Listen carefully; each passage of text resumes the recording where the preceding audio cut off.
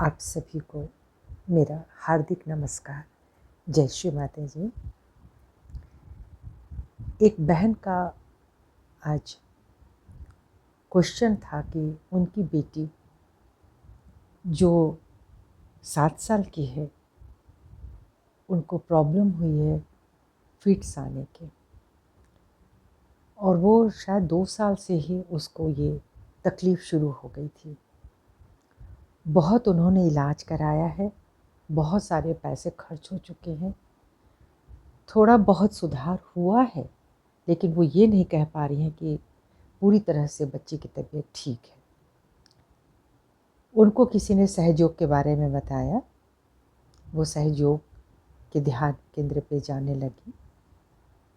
वो मुझसे पूछना चाह रही हैं कि वो क्या कर सकती हैं इसके आगे।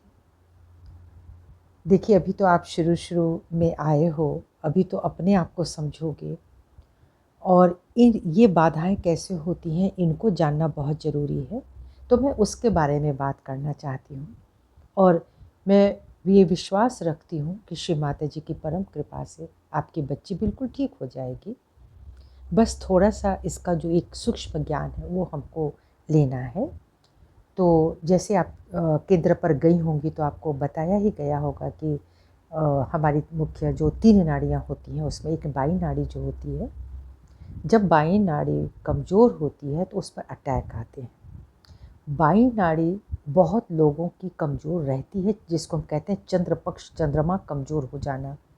तो चंद्रमा को ऊंचा करने के लिए लोग मोती पहनाते हैं, और बहुत सारी चीज़ें वो चंद्रमा पहनाते हैं, इसलिए पहनाया जाता है। और मोस्टली बच्चों को तो डाल दिया जाता है काला धागा में, ये सब करके, लाल धागे में करके। तो ये सब चीज़ें टोटके कहिए, थोड़ी स्ट्रॉन्ग कोई चीज़ें करनी होती हैं। मैं कोई चीज़ बना रही हूँ, उसमें थोड़ी सी और मसाले डाल दिया तो वो स्ट्रॉन्ग हो गया कोई चीज़, उसका टेस्ट, उसका फ्लेवर। तो ये ठीक उसी तरह से है। तो कहीं न कहीं इस बच्ची में कोई तो बाधा आ गई छुटपट से ही, और वो अब तक चली आ रही है। इस नाड़ी को ठीक करने के लिए हमको कैंडल ट्रीटमेंट करना है। और जैसे नींबू पर जब आप जाएँ, अपने केंद्र पे पता करें कि नींबू पर कैसे इसको करते हैं नींबू के साथ।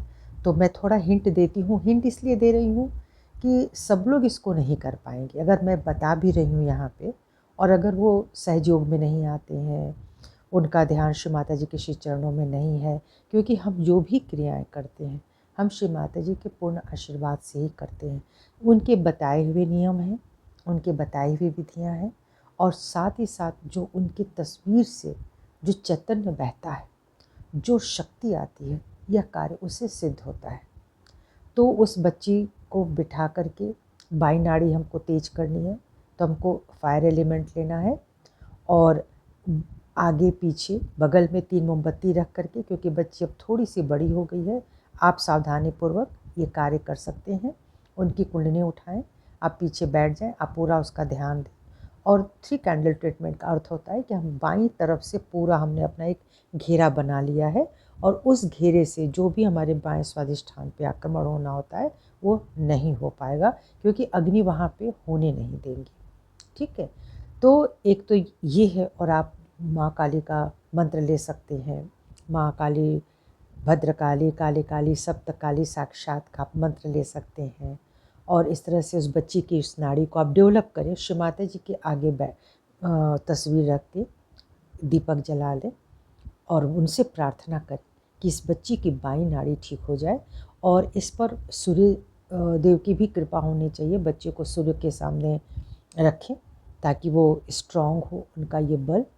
और उसके खान पान का भी ध्यान दें, जो प्रोटीन रिच डाइट होती है वो प्रोटीन रिच डाइट दें।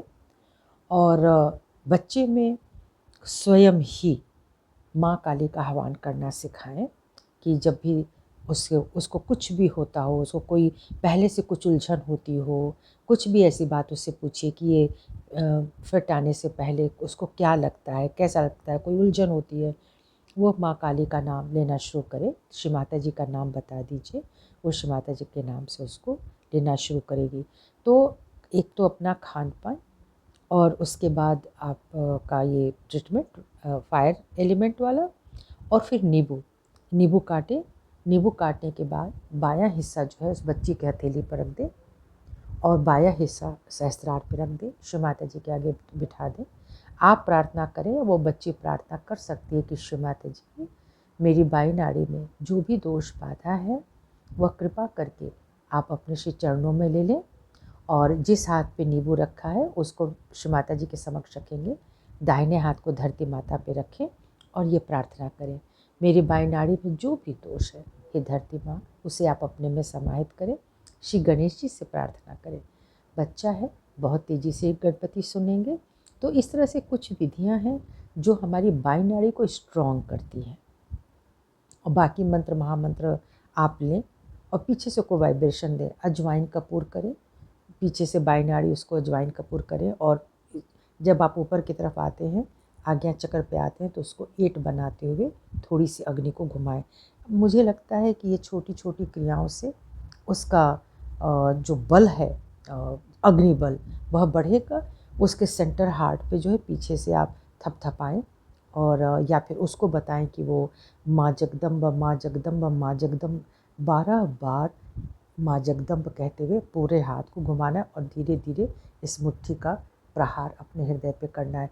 यानी जगत जननी जगदम्बा का यह चक्र मजबूत होना चाहिए, और जब यह चक्र मजबूत होगा तो हमें भय नहीं लगेगा। भय नहीं लगेगा तो इस तरह की बाधाएं भी हमारे ऊपर आक्रमण नहीं करेंगी।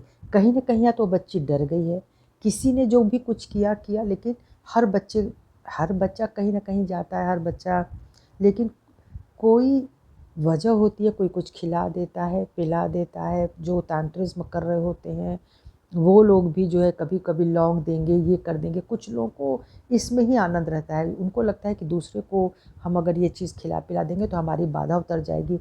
ऐसा होता नहीं है। हाँ ठीक है, आप दूसरों को बाधित कर देते हैं, ये ऐसी दुनिया है, बहुत अजीब दुनिया है। तो लेकिन उससे बचना श्री माता जी ने हम सबको सिखाया है। तो बहन, आप ये कोशिश करें और इस तरह से बाई नाड़ी को खूब उत्थित करें। जितना भी आप रेज़ करेंगे उतना ही उस बच्चे के लिए फ़ायदेमंद होगा। इसके अलावा जो नारियल ट्रीटमेंट होता है, नारियल जैसे आप मटका ट्रीटमेंट होता है, वैसे ही एक नारियल का भी होता है। तो बच्चे के सिरहाने पे वो स्वास्तिक बना के तो शीश पढ़ करके वह नारियल रख दीजिए बच्चे के सिरहाने पे, वो भी बाधाएं सोख लेता है। वे बच्चा बहुत छोटा है, मुझे पूर्ण विश्वास है कि पहले आप इतना करेंगे, उसकी डाइट पर ध्यान देंगे, उससे बातें करेंगे, उसके भय का कोई भी कारण पूछेंगे। वैसे जनरली ये फिट्स वगैरह हमने जो देखा है वो तभी आता है जब अपने घर में किसी की डेथ हो जाती है। मैंने देखा है, मैंने एक बच्चे को देखा है कि उसके फादर की डेथ हुई, और मात्र मुझे लगता है कि वो बच्चा 3 साल का ही रहा होगा, और इतना ज़्यादा उसके ऊपर आक्रमण हो गया, वो इतना रोता था कि अपने फादर के लिए वो जो जो करते थे वो सब उसको याद आता रहा होगा। तो वो इतना रोता था कि उसको फिट पड़ने लगे थे। तो बाई नाड़ी कमज़ोर हो गई, फिट आ गया। इसी तरह से एक और बच्चे को मैंने देखा है कि उसके फादर उसको कहीं छोड़ कर के चले गए, और वो बड़ा बड़ा लड़का, यंग लड़का, उसको फिट आते थे। वो स्कूटर चलाते आते अचानक ही उसकी एकदम एक तरफ गिर जाता था वो। तो बहुत बड़े बड़े एक्सीडेंट से वो बचा, और जब सहयोग में आया उसके बाई नाड़ी का ट्रीटमेंट शुरू हुआ। उसने, चूँकि वो बड़ा लड़का था, यंग था, उसने उसको फॉलो किया और आज वो बिल्कुल स्वस्थ है। इसलिए मुझे पूर्ण विश्वास है कि बाई नाड़ी को खूब उठाएं, उठा करके उसको इतना स्ट्रॉन्ग बना दें, उसमें फायर एलिमेंट भर दें। और एक चीज़ और हमने बताई थी किसी को, वो भी उनके लिए बड़ा कारगर हुआ था, क्योंकि उस बच्चे के ऊपर बाधा आती थी। तो बस श्री माता जी के श्री चरणों में एक छोटे गिलास में किसी भी पात्र में पानी रख करके, और ये कह दिया गया कि आप जो भी हैं मेरे ऊपर, वो आप इस जल में समाहित हो जाएं।